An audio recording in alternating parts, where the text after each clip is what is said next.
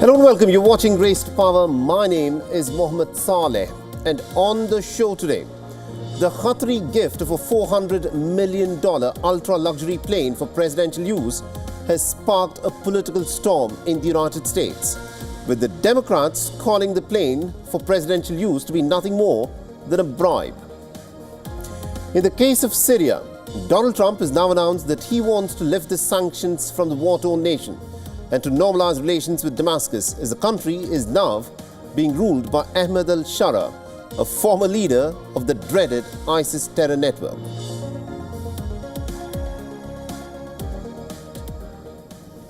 But let's of course start with this big story from India, where as the dust begins to settle on the India-Pakistan hostilities, the opposition party is demanding for a special parliamentary session. And they're doing this to discuss Operation Sindoor and whether there was third-party mediation from the United States of America that resulted in this agreement for a ceasefire. The Congress party made this request as the American President Donald Trump has been repeatedly claiming a mediation role in making the India-Pakistan agreement happen. Now, earlier in the day, the Congress member of the Parliament, Jairam Ramesh, tweeted an excerpt of Trump's speech from Tuesday and raised a number of questions whether the Indian government had agreed for a ceasefire because of a threat of trade deals from the United States. Now, Jairam Ramesh's tweets have come after the Congress party's president, Mallikarjun Kharge, raised the request for a special parliamentary session to discuss these details. The Ministry of External Affairs has, however, denied any talk of trade with the United States during the last few days. From the time of Operation Sindoor commenced on 7th May, till the understanding on cessation of firing and military action on 10th May, there were conversations between Indian and US leaders on the evolving military situation. The issue of trade did not come up in any of these discussions. The ruling party is also facing a lot of flack for a derogatory comment that was made by a BJP leader from Madhya Pradesh. Now, Bharatiya Janata Party's Vijay Shah made a very crass and a communal remark against the Indian Army Colonel Sophia Qureshi. Now, amidst the backlash, a Madhya Pradesh High Court has now initiated legal proceedings against the Bharatiya Janata Party leader. The Jabalpur High Court has now ordered for an FIR to be registered against Vijay Shah under serious criminal sections. In a speech about the Pahalgam terror attack and also India's response, Vijay Shah referred to Colonel Sophia Qureshi as a quote-unquote sister of the terrorists.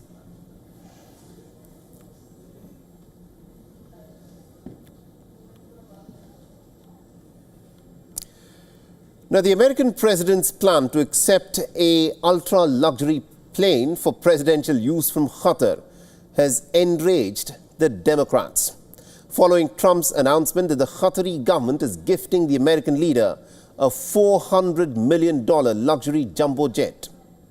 The Senate witnessed some pretty sharp reactions from the blue camp, who outright called the plane for presidential use to be nothing more than a straightforward bribe. Now, some Republicans also showed some reluctance in endorsing Trump's decision over security concerns, while other GOP leaders hailed the Qatari government's gift. Everybody needs to know that Air Force One is not like every other Boeing, and it's going to have to be put through a lot of paces and probably every square inch analyzed before I think the president should consider it his primary means of transportation. Gift, bribe, call it what you want. I imagine the government of Qatar would expect a return on this investment in the President of the United States. So this is ridiculous to think that he could take this airplane. The questions have also been raised in the past comments made by the American administration that has repeatedly referred to Qatar as a country that funds terror.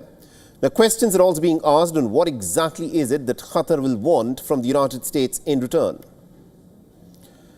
Now, the Senate and the House have also doubled down on the Republican lawmakers over Donald Trump's budget proposal that the president himself calls a big, beautiful bill.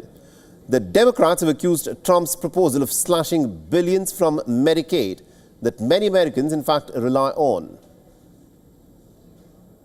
Trump calls this a big, beautiful bill. We call it the big grift. Greedy Republicans in favor of tycoons. Republicans are trying to jam another GOP tax scam down the throats of the American people, where the overwhelming majority of the benefits will go to the wealthiest 1% in the United States of America, and they want to pay for it by sticking us with additional debt, trillions of dollars of additional debt, and by enacting the largest health care cut in American history, along with the largest cut to food assistance in American history. Now, the American president is expected to face several questions over his decision on accepting the plane from Qatar and also the tax bill, as the administration also huddles to bring about the hesitant Republicans on board ahead of the critical congressional vote.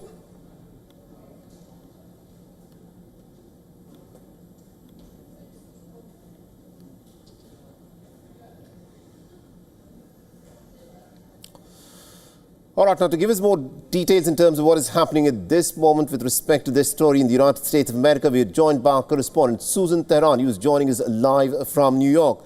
Susan, this is an interesting gift that the Qataris are giving to the American president. It is a luxury jumbo jet. Some are in fact describing it a palace in the sky. Donald Trump says that it's not a big deal, but the Democrats are raising some serious objections to it. What's happening on that front? Yeah, not just the Democrats, but a lot of Republicans and even Trump supporters on social media are saying, Mr. President, don't take the jet. There is nothing, the plane. There is nothing. There's no such thing as a free plane, basically.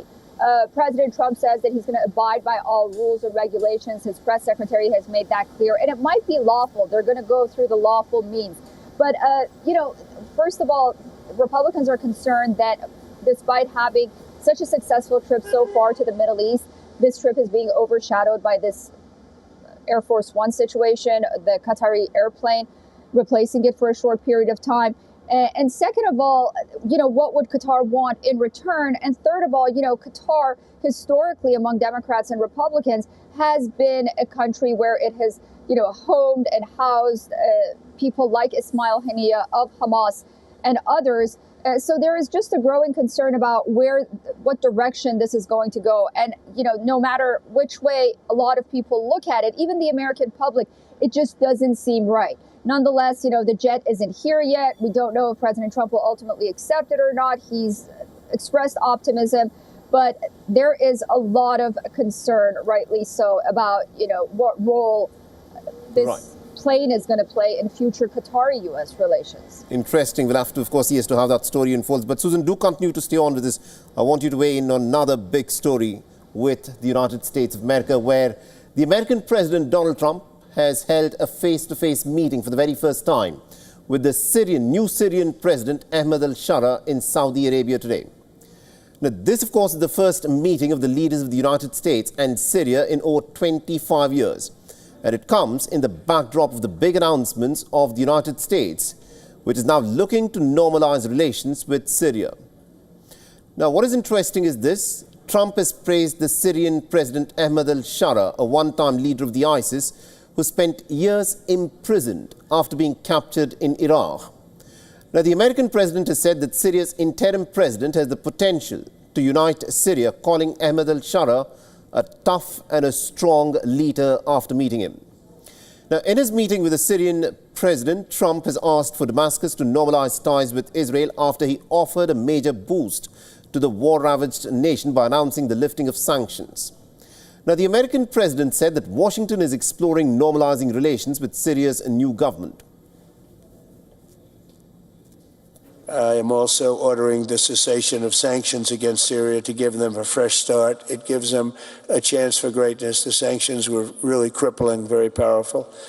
And I spoke to Mohammed, and I spoke to our friend from Turkey, who we just spoke to also by phone now. but felt very strongly that this would give them a chance. It's not going to be easy anyway, so it gives them a good, strong chance. And it was my honor to do so. Now, Trump has also asked Shara to deport the Palestinian militants and to take control of the camps for the captured Islamic State group fighters. Now, the American Secretary of State Marco Rubio is scheduled to meet with his Syrian counterpart, the Foreign Minister Asad al-Shaibani, in Turkey later this week. Now, Turkey and Saudi Arabia have also advocated for reconciliation with Syria. However, the move has put Donald Trump at odds with the State of Israel, which has voiced pessimism over Ahmed al-Shara and has ramped up its own airstrikes to degrade the long-term adversary's military capabilities. All right, and my colleague Susan Tani is still with us from New York to talk to us about this developing story. Susan, this is an interesting change in terms of how the United States of America is looking at, having its relationship with Syria. There is a new government in Syria, and the Americans are talking of lifting the sanctions and also normalizing their relations with Syria. Tell us what's happening on that front. Yeah, well, you mentioned rightly everything in a nutshell that's happening, and we saw President Trump have that brief meeting, about 30 minutes or so, with the new Syrian president. The issue here at home is that al-Shara is still on the list of terrorists here in the United States by the State Department. And some Republicans are concerned that perhaps lifting the sanctions so early on doesn't give the new Syrian president motivation to continue with the request that the United States had, and that perhaps it should have gotten some assurances before lifting these sanctions. President Trump says with the sanctions in place and with the current situation in Syria, there is no doubt that there would have been some kind of uprising, malign activity by terrorists. But when you lift the sanctions, at least there is a chance that Syria is able to rebuild. Asking Syria to join the Abraham Accords on the one hand, take responsibility for ISIS detention camps in northern Syria on the other, and help the United States in countering insurgencies and ISIS. But also, I think it's very important. It comes at a time when the United States is trying to find a negotiated settlement to the Iran nuclear deal. Bashar al-Assad, the former leader of Syria, was very close to Iran. Iran had a hand in Syria. Right now, that seems not to be the case. So Iran is also watching very closely to see how the United States and Syria will work together. And if these negotiations don't go through, will Syria become an ally of the United States in the region should something happen? But as you rightly mentioned, Israel is not very happy about this, but it seems President Trump is on a mission to promote himself as a leader that brings peace to the region, as opposed to, that carrot and stick policies that previous administrations have had regard to some countries like Syria. Interesting. Thank you very much, Susan Tani, for joining us and getting us all those updates there. Now, celebrations, in fact, broke out across Syria immediately after President Donald Trump said that the United States of America will lift sanctions on Syria. Now, welcoming this decision, the Syrian people said that this will help in Syria's development. Listen in. We are nearly up to date with laptops compared to what's available abroad. Other equipment, like servers and networking hardware, have been restricted to us. We couldn't obtain licenses for any servers or firewalls simply because we are in Syria. When you want to operate any electronic system that exclusively needs to be connected abroad, you are also isolated from it. So, of course, lifting the sanctions would be positive. We weren't able to transfer money before. We were not able to transfer at all. And we even faced many problems, us specifically, because transfers were not allowed. But today, no longer, transfers will be easier. I came to celebrate the lifting of the sanctions on Syria imposed on Assad. Thank God, now after Syria has been liberated, this will be a positive signal for the country, for the manufacturers and the economy, and even to encourage people to return. As an engineer, I believe the lifting of sanctions on the Syrian people will have a positive effect on reconstruction and infrastructure, especially in the city of Aleppo, which is an industrial city. There will be a big economic boom for all of the Syrian people. So there are some momentous changes happening in Syria, and we earlier spoke with General R.G. Mohammed Abbas, who is in fact a Syrian political and also a military analyst, and we asked him as to what price will Syria be expected to pay for the lifting of American sanctions and for the normalizations of relations between Damascus and Washington. Let's listen in to what he had to say. There's no, you will not get your, anything you don't pay, it means that you are the pay. Anything you get it without paying, it means that you have to pay. If you don't pay, so you are the price. So you are the price. Now, Mr. Trump offered his offer.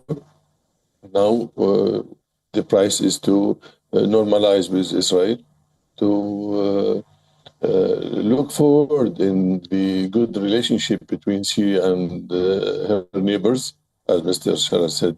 Okay, we have no enemies relationship with there's no foe in the region for Syria. It means that normalizing with Israel and being as the other countries in the way. So it's one of the prices Syria should pay. Shall we say we don't need the Julan, for instance, heights? Julan Heights is Syrian. Syria is going to let Julan Heights to Israel. Now, Canada's newly elected Prime Minister Mark Carney has chosen his team 2 weeks after clinching the very dramatic electoral victory. Mark Carney has now unveiled his new cabinet.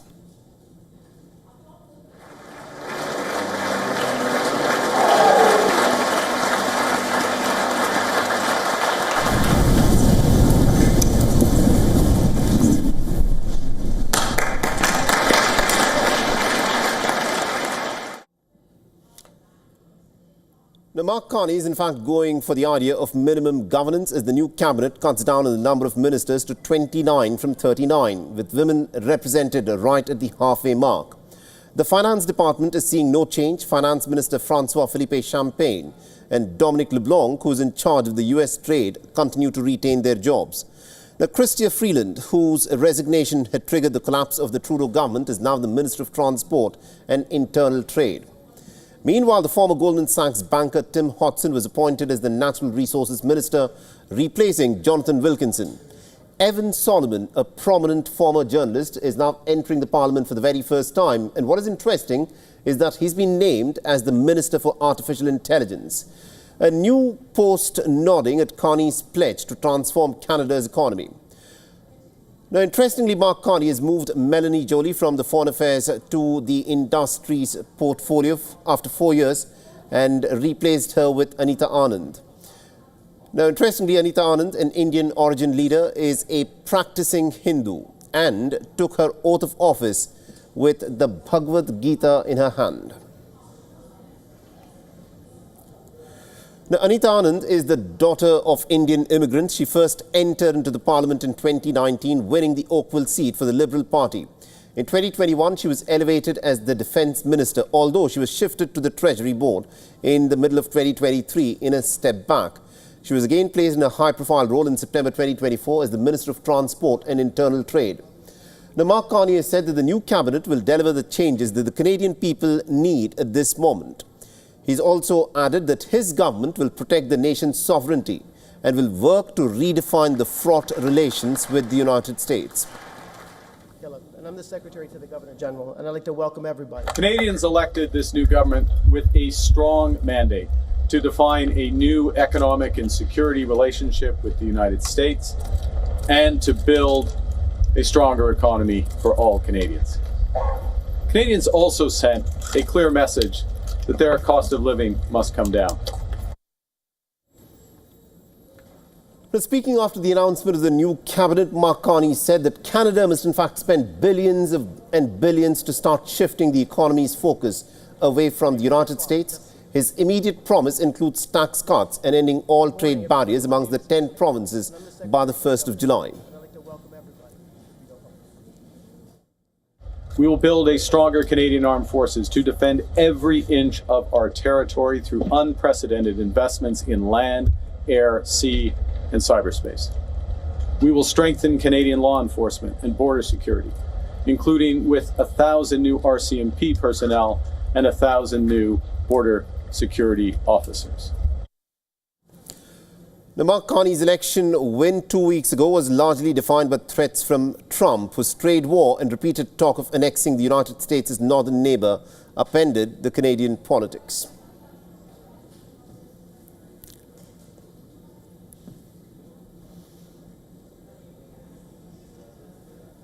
The French President Emmanuel Macron is calling for multiple referendums focused on key social and economic reforms. Now, President Macron has said that these consultations will be organized in the coming months. One proposal on the table is a referendum to reduce France's national debt. The idea was first suggested by Prime Minister François Bayrou, and Macron said that he's actually open to it. Now, other likely issues include regulating social media access for minors and legalizing assisted dying. However, Macron has ruled out including immigration in these votes despite demands from the right-wing parties. On the streets of Paris, public opinion remains divided. Some citizens support the idea of direct participation, while others believe that such issues should be handled by the elected representatives.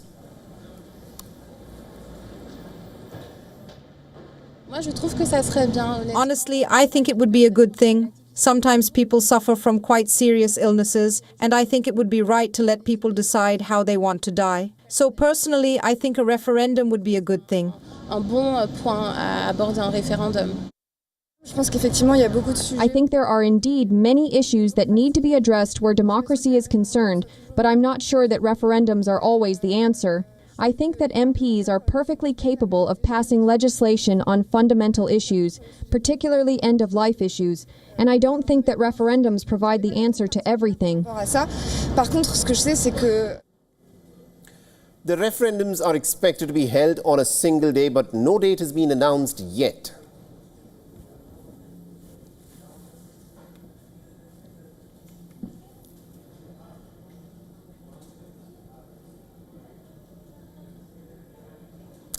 The Peru's Prime Minister Gustavo Adrianzen has quit ahead of a no-confidence vote.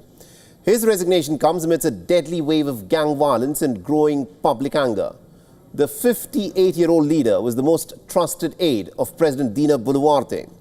He handed over his resignation to the president just hours before he was due to face a no-confidence vote in the parliament, pushing Peru deeper into political turmoil. Today, I am obliged to present to you my irrevocable resignation from the position of President of the Council of Ministers with which you honored me. The president will now have to appoint a new cabinet, and according to the constitution of Peru, Adrianzen's exit automatically forces the resignation of the entire cabinet. Now, Peru is currently under a state of emergency with soldiers deployed to combat extortion gangs. On the other hand, protests have become nearly a daily occurrence. The public anger erupted after extortion gangs killed a journalist and 13 mine workers. Now, Adrianzen was Boluarte's third prime minister in less than 3 years. He had taken office in March 2024 after his predecessor quit over an influence peddling scandal. He faced fierce criticism from the lawmakers across party lines over the government's failure to tackle a deadly surge in gang violence. Now, President Boluarte is also facing calls to step down from her position as her government's popularity has plummeted due to multiple scandals, protests and rising street violence. With no political party of her own, Boluarte governs thanks to a very fragile right-wing coalition in the Congress.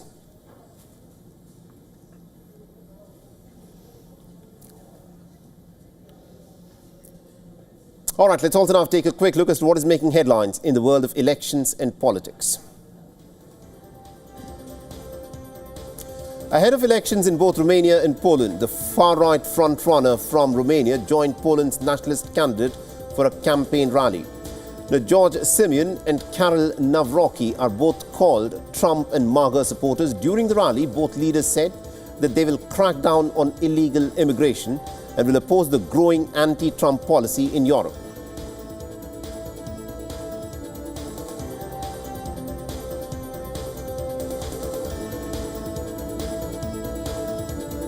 Here today, Sunday, in Poland and Sunday in Romania, we have presidential elections.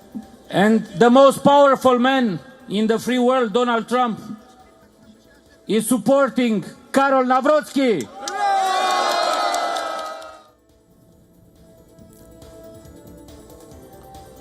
Bolivia's president has announced his withdrawal from the upcoming presidential race. The incumbent Luis Arce's decision comes on the heels of an escalating rivalry with the former president and friend turned foe, Evo Morales.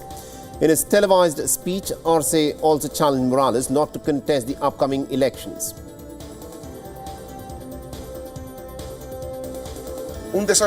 From here, I issue a challenge to former President Evo Morales not to insist on being a candidate for the presidency.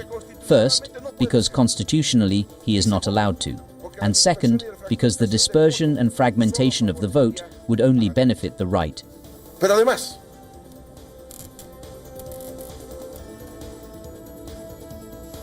a Moscow court has convicted an election monitor leader and has sentenced him to 5 years in prison. The court convicted Gregory Melkonians on charges of organizing the work for an undesirable organization. Now, the activist has rejected his conviction as politically motivated and it comes amidst an ongoing crackdown on critics of Russia's president and Kremlin.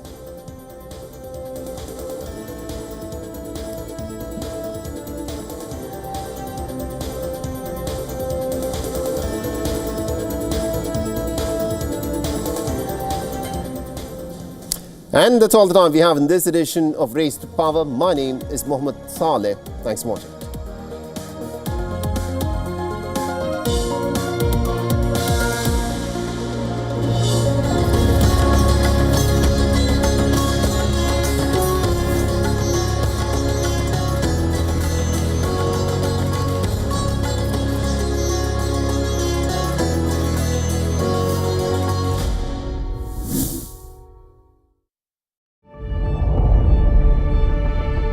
The Earth is sending distress signals. Wildfires, droughts, and melting glaciers. Can we reverse the damage